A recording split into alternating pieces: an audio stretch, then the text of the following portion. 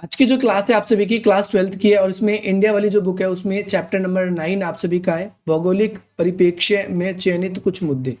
अब यहाँ पर इस वाले चैप्टर में आपको बेसिकली पढ़ना क्या है। भौगोलिक परिप्रेक्ष्य का मतलब है जो है हमारे आसपास में भूगोल से, यानी हमारी जो प्रकृति है, भूगोलिक का मतलब यहाँ पर है हमारी जो प्राकृतिक चीजें हैं उससे चयनित कुछ ऐसे मुद्दे देखेंगे हम जो पर्यावरण से जुड़े हुए हैं और पर्यावरण को वो क्या कर रहे हैं उसके लिए एक समस्या या फिर उसके नुकसान का एक विषय है। हम कह सकते हैं कि जो भौगोलिक परिप्रेक्ष्य है ये, इसका मतलब ये है कि जो हमारे प्राकृतिक रूप से हमारे पर्यावरण में जो जो समस्याएं मौजूद हैं, कौन कौन सी समस्याएं, उन सभी मुद्दों को आज हम डिस्कस करेंगे और उससे क्या क्या दुष्परिणाम हो सकते हैं इसको भी हम समझेंगे। जैसे यहाँ पर इस आप चार्ट के थ्रू इसको समझ सकते हो। जैसे यहाँ पर आपका बताया गया है कि भौगोलिक परिप्रेक्ष्य में चयनित कुछ मुद्दे, यानी क्या क्या पढ़ोगे आप इसके अंदर। जैसे हमारी प्रकृति के अंदर यहाँ पर आजकल नगरीकरण बहुत ज्यादा हो रहा है। नगरीकरण का मतलब है शहरीकरण, और शहरों के बनने से बहुत सारी गंदी बस्तियां बन रही है। लोग कंजेस्टेड होकर ऐसे इलाकों में रहते हैं जहां पर उनके पेयजल की अच्छी व्यवस्था नहीं होती, उनके लिए साफ सफाई की अच्छी व्यवस्था नहीं होती, आस पड़ोस में उनके स्वास्थ्य की अच्छी व्यवस्था नहीं होती। तो इस गंदी बस्ती की समस्या हमको पढ़नी है। ग्रामीण शहरी प्रवास के बारे में पढ़ेंगे हम। इस चैप्टर में ये भी पढ़ेंगे कि किस तरीके से आजकल जो लोग हैं वो ग्रामीण इलाकों को छोड़कर शहरी इलाकों में जाकर बस रहे हैं।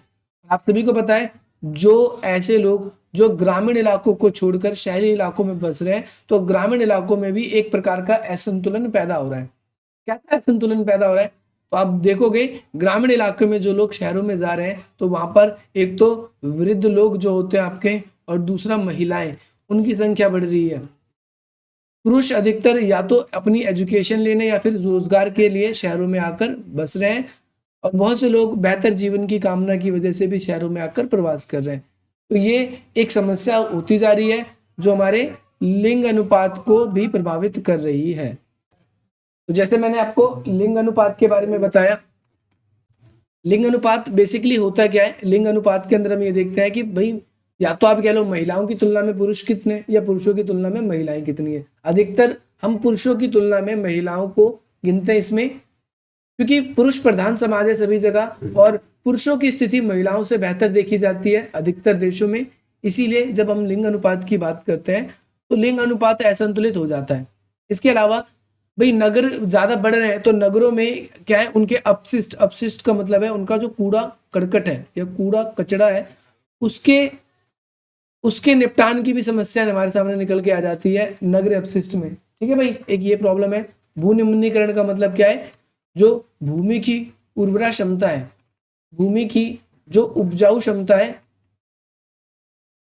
तो भूमि की उपजाऊ क्षमता है उसमें भी कटौती होती जा रही है। इसके साथ साथ पर्यावरण में कई तरीके के प्रदूषण हो रहे हैं। जैसे पर्यावरण में हम देखते हैं प्रदूषण के कई प्रकार हैं, आपने पढ़ा होगा।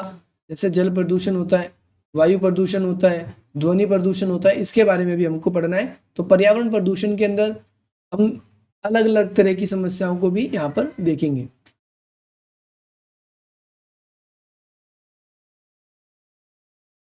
इसमें हमारे जो स्वास्थ्य, जो हेल्थ है, हेल्थ से जुड़े हुए मुद्दे भी इसके अंदर आपके आएंगे, क्योंकि जो प्रदूषण बढ़ता है तो उसमें कई तरीके की प्रॉब्लम बढ़ती है। जैसे सांस की बीमारी है, श्वसन तंत्र है, हमारा तंत्रिका तंत्र है, रक्त संचार है, उससे संबंधित बहुत सारी बीमारियां हो रही है, उसके बारे में भी हम कुछ कुछ बात करेंगे। यहाँ पर एमसीक्यू है, इस एमसीक्यू के लिए मैंने आप लोगों के लिए अलग से वीडियो बनाई है, तो आप उसमें उसको देख लेना। यहाँ पर डायरेक्टली थोड़े से 3 और 5 मार्क्स वाले जो क्वेश्चन है उसके बारे में डिस्कस करते हैं। तो सबसे पहला क्वेश्चन आप सभी की स्क्रीन पे ये है कि भाई विकासशील देशों में नगरों की जो है प्रमुख समस्याएं क्या क्या है। विकासशील देश कौन से देश होते हैं। देखो देशों की 3 कैटेगरी होती है। पहले नंबर पे आपके विकसित देश होते हैं। ठीक है, विकसित देश होंगे आपके जहाँ पर जो विकास बहुत ज्यादा होता है, विकास वहां पर बहुत ज्यादा होता है, विकसित देश। दूसरे नंबर पे आपके विकासशील देश, दूसरे नंबर पे आपके विकासशील देश, और तीसरे नंबर पे आपके अल्प विकसित देश। अल्प विकसित देश, तो पहले नंबर पे आपके क्या आ जाते हैं, आपके विकसित देश जहां पर विकास बहुत ज्यादा होता है, और दूसरा आपका अल्प विकसित देश जहां पर विकास क्या होता है, बहुत मंद होता है, ना के बराबर। विकासशील दोनों के बीच का संतुलन होता है, हम कह सकते हैं वहां पर थोड़ा बहुत विकास भी होता है और थोड़ा बहुत नहीं भी होता है। तो 3 तरह के हमारे देश होते हैं, अब यहाँ पर विकासशील के बारे में पूछा जा रहा है, तो विकासशील देशों में सबसे बड़ी समस्या क्या है कि जनसंख्या बहुत ज़्यादा बढ़ रही है, लेकिन जनसंख्या ज़्यादा बढ़ने की वजह से वहाँ पर जिस हिसाब से संसाधन बढ़ने चाहिए उस हिसाब से संसाधन में वृद्धि नहीं हो रही। तो इस वजह से सबसे पहले विकासशील देशों में नगरों में क्या समस्या है, विकासशील देश भारत है, आप इस क्वेश्चन को भारत से रिलेट कर सकते हो, हम खुद भारत में रहते हैं, तो हमारे देश में क्या क्या समस्या है। पहली समस्या है अपशिष्ट निपटान, जो कूड़ा करकट है उसको किस तरीके से हम नियंत्रित कर सकते हैं, एक ये समस्या हमारे सामने। अगर हम दूसरी समस्या की बात करें तो जनसंख्या विस्फोट, यानी जनसंख्या हमारे यहाँ पर बहुत ज्यादा वृद्धि हो रही है और संसाधन जो है हमारे संसाधन में क्या होती जा रही है, संसाधन में कमी होती जा रही है। इसके अलावा स्लम बस्ती की समस्याएं हो रही है, किसी 3 स्लम बस्ती की समस्याओं को आप उजागर कर सकते हो, जैसे यहाँ पर स्वच्छ जल का अभाव होता है, सफाई की समस्या होती है, आप ये इसके अंदर लिख सकते हो, या फिर शौच वगैरह की जो सुविधा होती है वो इन लोगों को यहाँ पर उपलब्ध नहीं होती। ये क्वेश्चन है इसके अंदर। अगला क्वेश्चन आप सभी का है वायु प्रदूषण क्या है। तो आप सभी को पता है जो वायुमंडल में हमारी जो वायु है उसमें प्रदूषित या अवयवों का मिल जाना जो हमारे स्वास्थ्य के लिए हानिकारक है, ऐसी स्थिति को हम वायु प्रदूषण कह देते हैं। इसके क्या क्या स्रोत है, तो बहुत सारे स्रोत हैं, बहुत आसान चैप्टर है ये। और मानव पर जो है वायु प्रदूषण का क्या प्रभाव पड़ता है, तो सबसे पहली बात तो हम देखते हैं, मैंने बताया वायु में कुछ अवयव का मिल जाना। अवयव का मतलब वो ऐसी चीजें जो जरूरी नहीं है, जैसे धूल हो गया, धुआं हो गया, जहरीले गैस हो गई।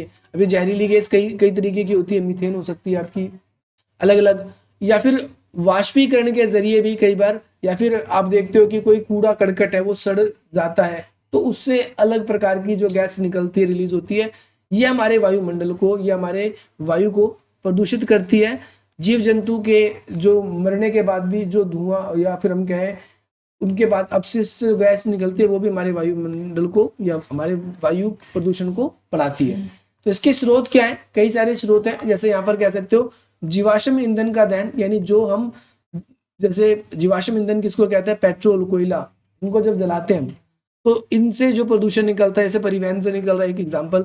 दूसरा हम बहुत ज्यादा माइनिंग कर रहे हैं, खनन कर रहे हैं, आजकल बड़ी बड़ी मशीनों का उपयोग किया जा रहा है खोदने के लिए और उससे धुआं धूल मिट्टी उड़ती है उसकी वजह से।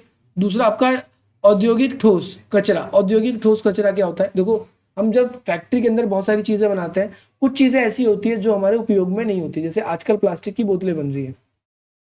आप सबको पता है प्लास्टिक जो है वो हमारी जमीन की उर्वरा क्षमता को खराब करता है, हमारी तंत्रिका तंत्र को भी प्रभावित करता है, लेकिन लोगों की इतनी ज्यादा डिमांड है तो हमारे पास उसके अलावा और कोई सोर्स नहीं है कि हम उसकी जगह कुछ और यूज कर सके। तो जो पदार्थ ऐसे होते हैं जो बन के निकल जाते हैं फैक्ट्री से, तो वो तो प्रोडक्ट मार्केट में बिकते हैं, लेकिन उसके अलावा बहुत सारे ऐसे पदार्थ होते हैं जो अपशिष्ट होते हैं, कचरे के रूप में होते हैं, जिनको यूज नहीं कर सकते, तो उन्हें कहीं ना कहीं फेंक दिया जाता है, तो वो भी वायु प्रदूषण को इंक्रीज कर रहा है। इसके अलावा वायु में बहुत तरह की गैसें हैं, जैसे सल्फर गैस हो गई, नाइट्रोजन गैस हो गई, नाइट्रोजन ऑक्साइड है, इसके अलावा हाइड्रोजन और कार्बन है, कार्बन डाइऑक्साइड है, मीथेन है, ये सारी की सारी गैसें हैं जो है, कार्बन मोनोऑक्साइड गैस है, CFC है, ये गैसें वायु प्रदूषण को क्या कर रही है, इंक्रीज कर रही है। स्वास्थ्य पे क्या प्रभाव पड़ रहा है, तो इसके कारण जो है श्वसन तंत्रीय तंत्र जो है हमारा, सांस लेने की प्रॉब्लम हो रही है, तंत्रिका तंत्र है, हमारे समझने की क्षमता जो है वो थोड़ी सी कम हो रही है, रक्त संचार से संबंधित बीमारियां हो रही है, रक्त संचार समझते हो आप सभी का, ब्लड प्रेशर, उससे संबंधित कई बीमारियां हो रही है। और स्वास्थ्य पे एक प्रभाव ये पड़ रहा है, आप देखते हो कि भाई जब प्रदूषण ज्यादा होता है तो शीत ऋतु में, ठंड के टाइम पे धुम या कोहरा जिसे बोलते हैं छा जाता है, उसकी वजह से मानव स्वास्थ्य के लिए हानिकारक होता है, लोगों की आंखों से क्या होता है, पानी आता है। कोहरे की वजह से कई बार बहुत ज्यादा कोहरा होता है, परिवहन संसाधन में विजिबिलिटी नहीं होती, तो बहुत ज्यादा एक्सीडेंट हो जाते हैं। इसके साथ साथ हम देखते हैं जो वायुमंडल में बहुत ज्यादा प्रदूषण होता है, तो बारिश जब होती है तो अम्लीय वर्षा होती है, ऐसी ट्रेन होती है, उससे वायुमंडल में मौजूद जो हमारे वायुमंडल का प्रदूषण है वो जब नीचे आता है बारिश की पानी के थ्रू, तो जमीन पे पड़ता है, तो जमीन की जो उपजाऊ क्षमता है वो खराब कर देता है, कई बार फसलों को भी वो क्या करता है, खराब कर देता है। तो स्वास्थ्य पर इसके अलग अलग प्रभाव है जो कि आपने देख लिया। अगला क्वेश्चन आप सभी के लिए क्वेश्चन नंबर 4 जो है ये इंपॉर्टेंट है। जैसे आपसे पूछता है कि भारत में ग्रामीण क्षेत्र से जनसंख्या शहरों की तरफ जा रही है, ग्रामीण क्षेत्र से जनसंख्या कहाँ जा रही है, शहरों में जा रही है, और ऐसा क्यों हो रहा है आपको इस कथन को बताना है। तो आप कहोगे भारत में जो नगरीय क्षेत्र है उसमें मजदूरों की मांग हमेशा रहती है, नगरों में उद्योग होते हैं और साथ ही साथ जो है निर्माण कार्य हमेशा होता रहता है, जैसे बहुत से लोग अपने घर का निर्माण कराते हैं, फैक्ट्री का निर्माण कराते हैं, तो निर्माण कार्य होता ही रहता है और इस वजह से मजदूरों की डिमांड जो होती है नगर के क्षेत्र में हमेशा रहती है। साथ ही साथ हम देखते हैं कि मजदूरों को नियमित व अच्छी मजदूरी मिलती है। नियमित का मतलब यह है कि देखो, अगर आप ग्रामीण इलाके में काम करते हो, खेत में काम करते हो, आपकी इनकम किस हिसाब से होगी? जिस हिसाब की आपकी फसल फसल अगर अच्छी है तो इनकम अच्छी होगी, फसल अच्छी नहीं है तो आपकी इनकम भी अच्छी नहीं होगी। अब ये कह सकते हैं कि भाई नियमित रूप से मजदूरी एक फिक्स है कि महीने भर आप काम करोगे तो कम से कम निर्धारित तो है कि इतना पैसा आपको मिलेगा ही मिलेगा। और आपको ऐसा नहीं है, जैसे जो खेतिहर मजदूर होते हैं उनके पास खुद की जमीन नहीं होती, तो आज इस जमीन पे खेती कर रहे हैं, कल को वो जमीन भी ना मिले उनको, फिर उन्हें दूसरी जमीन पे जाना पड़ेगा, फिर तीसरी। लेकिन शहरों में क्या होता है, उद्योग में एक नियमित काम भी मिलता है और साथ ही साथ उन्हें बस मजदूरी करनी है जिसके बदले में उन्हें पैसा मिलता है। उसके अलावा उनको संसाधन कहाँ से आएंगे, कहाँ से क्या चीज़ आएंगी, उनको व्यवस्था करने की आवश्यकता नहीं पड़ता है। इस वजह से लोग गाँव से शहरों की ओर क्या करते हैं, पलायन करते हैं, हम कह सकते हैं। दूसरा पॉइंट, ग्रामीण क्षेत्रों में जो है शिक्षा और रोजगार और स्वास्थ्य का अभाव होता है, तो लोग इसकी वजह से भी लोग शहरों की तरफ आकर्षित करते हैं। आपने प्रवास का एक कारण पढ़ा होगा, प्रतिकर्ष कारण और अपकर्ष कारण।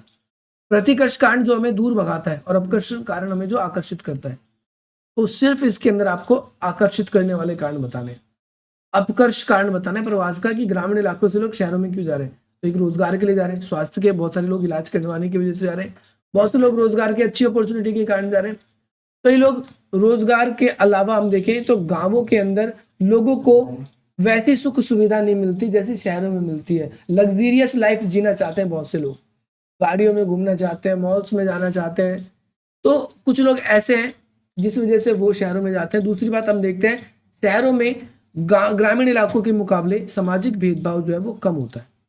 शहरों में ग्रामीण इलाकों के मुकाबले सामाजिक भेदभाव कम होता है, जिसकी वजह से भी बहुत सारे लोग ग्रामीण इलाकों से छोड़कर शहरों में पलायन करते हैं, शहरों में जाते हैं।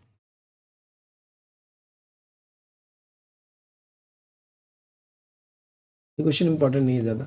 अगला क्वेश्चन देखो, ये क्वेश्चन ठीक है। अगला क्वेश्चन इसमें पूछा गया है कि यदि जल प्रदूषण प्राकृतिक स्रोत से प्राप्त प्रदूषकों से भी प्रदूषित होता है। देखो, जल प्रदूषण के दो कारण बताए जाते हैं, एक तो प्राकृतिक कारण और दूसरा मानव निर्मित कारण।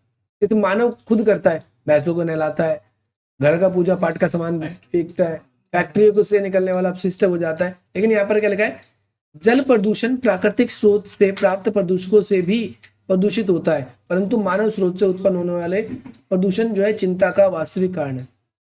आपको पता है जो जल प्रदूषण होता है वो प्राकृतिक रूप से भी होता है, जैसे बाढ़ आता है या नदियों, जब बहुत ज्यादा बारिश आती है तो पानी प्रवाहित होकर नदियों में ही जाता है, तो वहां से बाढ़ का जो पानी होता है वो भी तो अपने साथ मिट्टी गंदगी लेके जाता है, जल उससे भी प्रदूषित होता है, ऐसा नहीं कि नहीं होता। लेकिन मानव के स्रोत से ज्यादा होता है। आप ये कैसे कह सकते हो? तो हम ये ऐसे कह सकते हैं कि भाई जो प्राकृतिक विपदा आती है वो परमानेंट नहीं आती, वो कुछ समय के लिए आती है। लेकिन जब हम बात करते हैं मानव निर्मित जो अपशिष्ट है, जो कचरा है, जो या फिर जल प्रदूषण के लिए जिम्मेदार चीज है, वो लगातार प्रवाहित होती है। नालियां, आजकल की जो बड़े बड़े नालियां हैं, नाले हैं, उनको क्या किया जा रहा है, नदियों के साथ कनेक्ट किया और प्रवाहित कंटिन्यूसली होता है। दिल्ली में हम रहते हैं और दिल्ली में वजीराबाद इसका बहुत अच्छा एग्जाम्पल है। आप वजीराबाद का जो सिग्नेचर ब्रिज है, जब उसके लेफ्ट हैंड की तरफ देखोगे तो आपको पूरा काला काला नाला आता हुआ दिखेगा, वहां पर आप जाकर देख सकते हो। तो भारत जैसे मानव जो है वो जल को क्यों कर रहा है प्रदूषित, तो उद्योगों से निकलने वाला, कई बार कृषि का अपशिष्ट होता है, लोग वो भी फेंक देते हैं। इसके अलावा सांस्कृतिक गतिविधियों की वजह से भी जल प्रदूषित होता है। औद्योगिक कचरे जो होते हैं वो भी जल को प्रदूषित करते हैं, जैसे वर्षा जब होती है उद्योगों से निकलने वाला जो धुआं होता है, जो एसिड रेन होती है, वो एसिड रेन भी क्या करती है, वो नदियों को बहुत ज्यादा हार्म पहुंचाती है, हम कह सकते हैं, या फिर प्रभावित करती है। फैक्ट्रियों से तरह तरह का केमिकल या रासायनिक अपशिष्ट भी निकलता है। आप देखोगे कई तरह की फैक्ट्री होती है, उसमें बहुत ज्यादा, जब आप उसके बगल से गुजरोगे तो अजीब तरह की स्मेल आएगी। तो उससे जो रासायनिक अपशिष्ट निकलता है वो उनकी जल में प्रभावित होकर, जल के अंदर प्रभावित होकर वो क्या करता है, भारी धुएं के बिना जो है, कई बार जल में उसको डायरेक्टली हम जल के साथ ही प्रवाहित कर देते हैं, विसर्जित कर देते हैं और वो जल को गंदा कर देता है। आधुनिक की जो कृषि पद्धति है, जैसे हम आज के जमाने में क्या करते हैं, तरह तरह के कीटनाशक जो है वो जल के स्रोत को भी प्रदूषित कर रहे हैं। जैसे आजकल के लोग क्या करते हैं कि वो सोचते हैं कि ऊपर से हमें जो भी दवाइयाँ हैं खेतों में ना डालना पड़े, इसके लिए वो जल में क्या कर देते हैं, तरह तरह की दवाइयाँ आजकल मिलाई जा रही है। पानी को साफ करने के लिए आपको पता होगा कि भाई क्लोरीन की गोलियां डाली जाती है। जितना भी पानी में गंदगी होगी ना, उस गंदगी को वो गोलियां जो होगी वो एब्जॉर्ब कर लेती है, उस गोलियों को लोग निकाल देते हैं और उसे बेचते हैं। आजकल पानी फिल्टर करने का एक नया तरीका ये भी निकल चुका है। आजकल आप देखते हो ना, जो घर में आरओ में लगा होता है, पानी साफ कैसे करता है एग्जैक्टली, वो जितनी गंदगी होती है वो उसको क्या करता है, अपनी तरफ आकर्षित कर लेता है, बाद में उसको साफ करवाया जाता है। वो भी हमारे जल को दूषित कर रहा है। बहुत सारे लोग धार्मिक यात्रा करते हैं, धार्मिक मेले में जाते हैं और वो क्या करते हैं भाई, स्नान करते हैं। सांस्कृतिक गतिविधियों की वजह से भी जल प्रदूषित होता है। ऐसे लोग छठ पूजा मनाते हैं तो उससे भी जल भाई प्रदूषित होता है ना। तो हम ये भी कह सकते हैं, आप सभी को याद रखना है।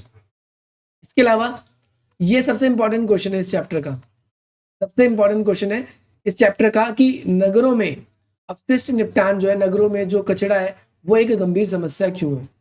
ये बहुत इंपॉर्टेंट क्वेश्चन है। ये मेरे टाइम पे भी 2015 में भी क्वेश्चन आपके एग्जाम में आया था। देखो इसका रीजन क्या है, 3 रीजन बताने। तो भाई जनसंख्या जो है वो काफी तेजी से बढ़ रही है। शहरों में जनसंख्या काफी तेजी से बढ़ रही है। क्यों बढ़ रही है, आपने थोड़ी देर पहले देखा, ग्रामीण इलाकों से भी लोग शहरों में आ रहे हैं और उनके लिए पर्याप्त सुविधा नहीं हो पा रही और विभिन्न प्रकार के स्रोतों द्वारा अपशिष्ट की मात्रा में वृद्धि हो रही है। जैसे फॉर एग्जांपल उनके लिए नाली की व्यवस्था अच्छे से नहीं हो पा रही। कई ऐसे इलाके हैं जहाँ पर झुग्गी झोपड़ियाँ होती है, वहाँ पर नाली ठीक ढंग से प्रवाहित नहीं होती। इधर से नालियाँ प्रवाहित हो रही है, इधर लोगों के घर हैं और नालियाँ ऐसे नहीं कि छोटे मोटे नालियाँ ढक के हैं, ऐसा नहीं, वो खुले में प्रवाहित होती है और वहाँ के लोगों को अलग अलग तरह की बीमारियाँ का खतरा लगातार बना रहता है। दूसरा, कारखाने, विद्युत गृह और जो है भवन निर्माण से भी हम देख रहे हैं बहुत ज्यादा धुआं निकलता है, विध्वंस होता है, जिसकी निकलने वाली जो मलबा का धुआं है या धुंध, उसका क्या कह सकते हो आप, मलबा गिरता है कहीं पर तो धूल मिट्टी बहुत ज्यादा उड़ती है उसकी, या फिर जब कोई ज्वलन की काम होता है, जब राख होती निकलती है, जब कुछ जलाया जाता है तो उसके राख से भी बहुत ज्यादा प्रदूषण बढ़ रहा है। इसके साथ साथ अपशिष्ट जो है ये सबसे बड़ा है, ई इलेक्ट्रॉनिक का आजकल कचरा बहुत ज्यादा है। आजकल जैसे फॉर एग्जांपल मैं आपको दे रहा हूँ, आजकल हम लोग मोबाइल फोन बहुत ज्यादा यूज करते हैं, ई कचरा बहुत ज्यादा हो गया। आप बोलोगे ई कचरा क्या होता है, जैसे आप ईयरफोन यूज करते हो और साथ ही साथ में अलग अलग तरह के चार्जर होते हैं आपके, उसके जो वायर वगैरह होते हैं उनको, ये वायर जो होते हैं ये भी प्लास्टिक के ही होते हैं, एक तरीके से पीवीसी के होते हैं। आप सबको पता होगा, अपने क्लास 10th में पढ़ा होगा। और ये बेसिकली ये भी एक गंभीर समस्या बनती जा रही है। जो हमारा सिंगल यूज प्लास्टिक है उसके जगह जगहों पर ढेर बने हुए कचड़ों के ढेर बने हुए, पहाड़ बने हुए। हालांकि आजकल इनका उपयोग जो है वो सड़क बनाने के लिए किया जा रहा है, लेकिन ये भी एक गंभीर समस्या है, हर क्षेत्रों में इसका उपयोग नहीं हो पा रहा है। ये भी आपको याद रखना है।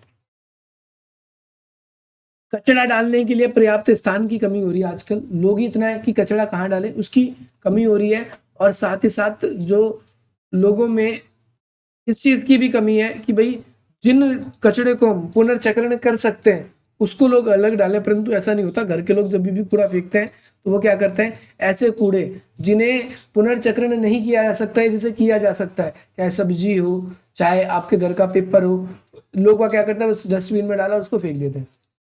हम जहाँ पर भी कूड़ा डालने जाते हैं वहाँ पर देखो 2 बॉक्स होते हैं, एक ब्लू कलर का और एक होता है ग्रीन कलर का। ग्रीन कलर का वो होता है जो रिसाइकलेबल होता है, जिसे रिसाइकल कर सकते हैं, या फिर एक गीला कूड़ा अलग होता है और सूखा कूड़ा अलग होता है। तो उससे लोगों में जागरूकता की कमी है, जिसकी वजह से भी आजकल बड़ी समस्या हो रही है इस चीज की, नगरीय अपशिष्ट के निपटान की।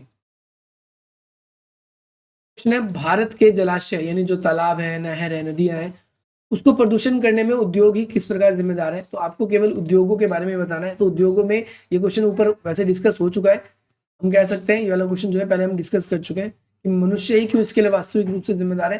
सेम पॉइंट इसके अंदर आप लिखना चाहो तो लिख सकते हो। अगला क्वेश्चन ये भी बहुत इंपॉर्टेंट है। देखो, भूमि निम्नीकरण की समस्या का क्या कारण है। भू निम्नीकरण मतलब जो जमीन है हमारी उसकी उर्वरा क्षमता खत्म हो रही है। और जमीन की उर्वरा क्षमता खत्म क्यों हो रही है, क्योंकि उसमें लवण की मात्रा बढ़ रही है। आखिर लवण होता क्या है, लवण आखिर क्या होता है, लवण का मतलब, तो जैसे मैंने बताया कि भाई भू निम्नीकरण क्यों होता है कि जो जमीन होती है उसकी उर्वरा क्षमता कम होती है क्योंकि लवण बढ़ जाता है। और भू निम्नीकरण क्यों होता है, या तो हमारा अम्ल बढ़ जाएगा, या तो अम्ल बढ़ जाएगा, जमीन के अंदर अम्ल की मात्रा या इसके अंदर क्षारीय की मात्रा बढ़ जाती है। और इसको फिर कंट्रोल करने के लिए हम इसको बेसिकली कंट्रोल करने के लिए क्या करते हैं, इसके अंदर तरह तरह की दवाइयाँ मिलाते हैं।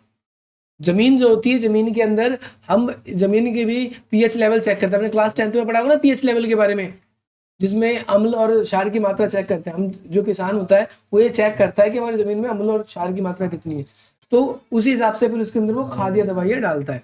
जैसे क्यों होता है ये, क्या कारण है, भू निम्नीकरण आखिर होगी क्यों? तो सबसे पहली बात है अति सिंचाई।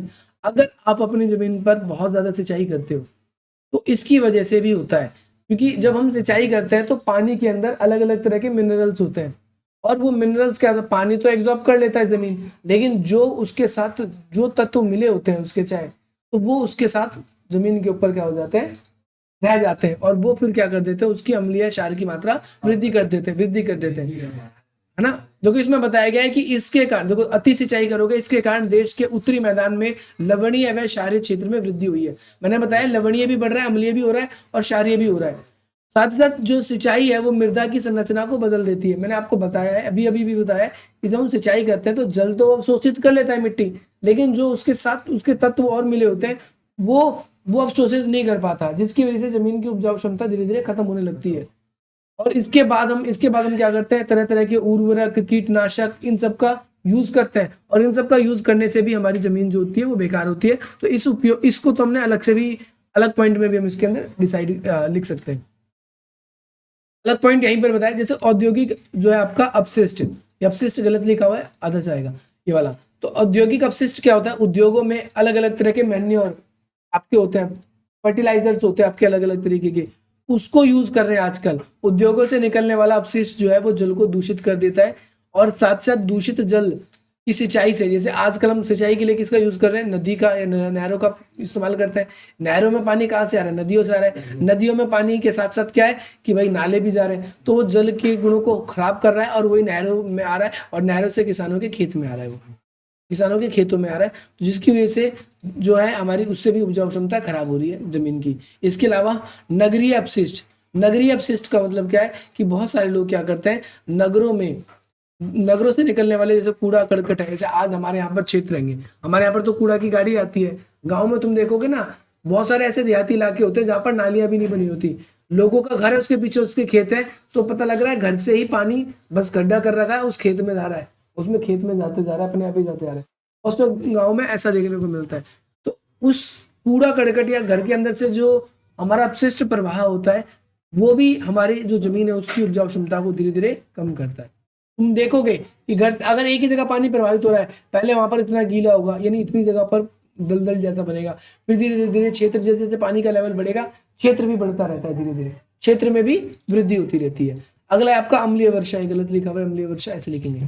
अम्लीय वर्षा जो है आप सभी को पता है, प्रदूषण बहुत ज्यादा बढ़ रहा है, कारखानों से, परिवहन से अलग अलग प्रकार के प्रदूषण निकल रहे हैं, जिसकी वजह से हमारे वायुमंडल में ये मौजूद रहता है। जब भी वर्षा होती है, बारिश होती है, तो बारिश की वजह से ये पानी के साथ में ये भी खेतों में पड़ जाते हैं, और इसके साथ साथ अम्लीय वर्षा भी मिट्टी के अंदर अम्ल की मात्रा बढ़ा देती है, और उसकी उपजाऊ क्षमता खराब कर देती है। अगली बात समझ में भाई, अब इसके जैसे बताया गया है कि देखो बहुत सारे खानों में, कोयले के खानों से जो धुआं निकलता है, जो हम मोटर वाहन चलाते हैं, बाइक हो गया, स्कूटी, कार, जिससे पेट्रोल से जो धुआं निकलता है, इसके अलावा बिजली घर से भी बहुत तरह के रेडिएशन निकलते हैं, जिसकी वजह से होता है। तो हम ये कह सकते हैं कि भू निम्नीकरण के लिए वायु प्रदूषण जो है वो भी जिम्मेदार है। आप तो कोई पूछ रहे वायु प्रदूषण कैसे जिम्मेदार है, तो बोल दोगे वायु प्रदूषण की वजह से अम्लीय वर्षा होती है, और इससे भी जो है भू निम्नीकरण होता है। अगला है खनन विधि। खनन विधि का मतलब है कि अलग अलग चीजें क्या की जाती है, खोद कर निकाली जाती है। जैसे कोयला खोद के निकाला जाता है, जब खोदा जाता है तो उससे बहुत ज्यादा डस्ट उड़ता है, धूल उड़ती है, तो या फिर कहीं पर निर्माण कार्य होता है, उससे भी डस्ट उड़ती है। तो खनन, जैसे कई बार हम क्या करते हैं, अपनी जमीन को बार बार खोदते रहते हैं, खोदने से भी क्या होता है, हालांकि मिट्टी पोला हो जाती है, क्लास 6 में पढ़ाया जाता है, मिट्टी पोला करना, किसान क्या करता है, जमीन को उलट पुलट करता है, नीचे की मिट्टी ऊपर करता है और ऊपर की मिट्टी नीचे करता है, इसे पोला करना होता है। लेकिन जब हम खेतों के अंदर ज्यादा खनन कार्य भी करते हैं, तो भी हमारी उपजाऊ क्षमता क्या हो जाती है, खत्म हो जाती है। ये भी याद रखना है। ये बहुत इजी क्वेश्चन है और इंपॉर्टेंट क्वेश्चन है, ये भी पेपर में पूछा गया है। भारत में जो गंदी बस्ती है, गंदी बस्ती बेसिकली झुग्गी झोपड़ी स्लम कॉलोनी है, यहाँ पर आपसे स्लम कॉलोनी भी लिखा जा सकता है, तो उसकी क्या क्या समस्या है, तो आप सभी को पता है उसमें कई सारी समस्या है। तो इसमें क्या क्या लिख सकते हैं हम, देखो आसान आसान पॉइंट लिखना है। सबसे पहले गंदी बस्ती की समस्या बतानी, तो आप कम वेतन वाला ये पॉइंट मत लिखना। सबसे पहली बात तो यहाँ पर जो घर की गलियां होती है उनके बीच में चौड़ाई का अभाव होता है। घर काफी समीप समीप बने होते हैं, जब घर काफी समीप समीप बने होते हैं तो छोटी छोटी बातों पर लड़ाई झगड़े होते हैं। हाँ, समीप का मतलब पास पास, तो उससे लड़ाई झगड़ा बहुत ज्यादा होता है। ठीक है भाई, एक समस्या ये होती है। दूसरी बात कि यहाँ पर जो है खुली हवा नहीं आ पाती, स्वच्छ पेयजल नहीं आ पाता, स्वच्छ सुविधा अच्छे से उपलब्ध नहीं हो पाती, और प्रकाश, देखो आपको पता है जैसे हमारे आंगन के भी घर होते हैं कई जगहों पर, तो वहां पर धूप नहीं आती, स्वच्छ प्रकाश नहीं आता। ऐसी कॉलोनी के आसपास जो विकास के जो कार्य होते हैं वो करने में भी बहुत ज्यादा प्रॉब्लम होती है। अगर छोटे छोटे इलाकों में जैसे रेलवे लाइनें बिछाना इस जगहों पर बड़ी कठिन हो जाता है। यहाँ पर पार्क की सुविधा ज्यादातर नहीं हो पाती।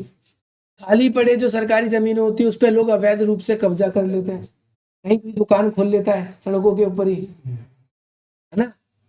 कुपोषण भी होता है भाई यहाँ के लोगों को, क्योंकि भाई अच्छा जल पेयजल नहीं मिल पाता, इनकी सैलरी कम होती है इन कॉलोनी में रहने वाले लोगों की वजह से, जिसकी वजह से पोषण को पूर्ण रूप से ग्रहण नहीं कर पाते भाई, अच्छे से नहीं ले पाते पोषण को, अलग अलग तरह की बीमारियों की संभावना बनी रहती है।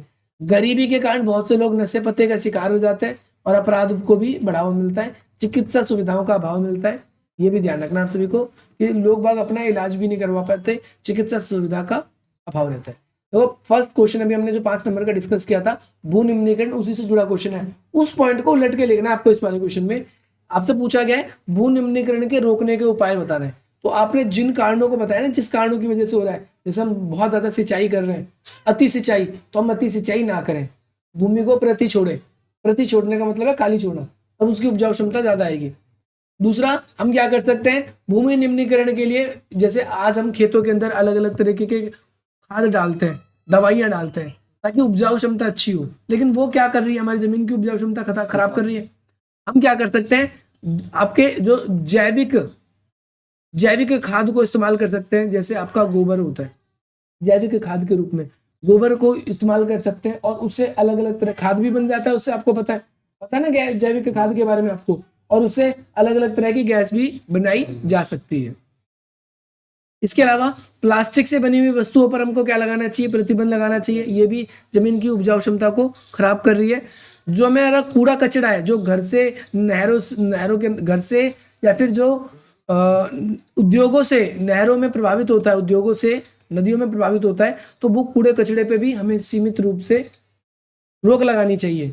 हमें अधिक से अधिक वृक्षारोपण करना चाहिए, वृक्षारोपण तो बहुत जरूरी है, क्योंकि वृक्षारोपण होगा तो भाई जमीन जो होगी वो उपजाऊ क्षमता उसकी बनी रहेगी।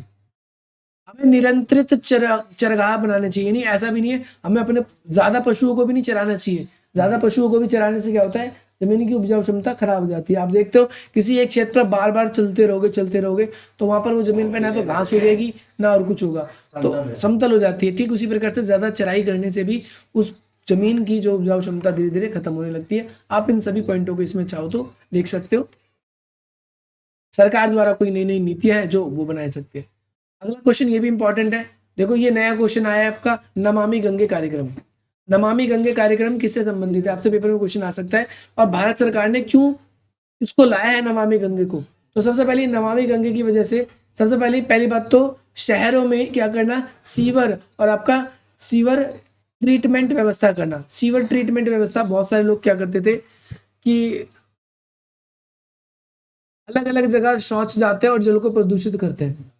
ठीक है भाई, तो यहाँ पर गंगा नदी को सुरक्षा देने की वजह के कारण नमामि गंगे कार्यक्रम शुरू किया गया। आप सभी को पता है गंगा नदी जो है वो आध्यात्मिक रूप से भारत के लिए प्रमुख नदी है। इस नदी के विकास के लिए, सफाई के लिए, नदी के तल की सफाई की व्यवस्था कराई गई है, नदी के आसपास विकास का कार्य कराया गया है, और ये भी कहा गया कि उद्योगों से जो भी प्रवाह होकर आता है वो गंगा नदी में नहीं डाला जाएगा। इसके अलावा उत्तराखंड, उत्तर प्रदेश, बिहार, झारखंड, यहाँ पर गंगा ग्राम बनाए गए, यानी जहां पर पहले से ही घाट बने हुए थे उन घाटों को विकसित करने के लिए गंगा ग्राम बनाए गए।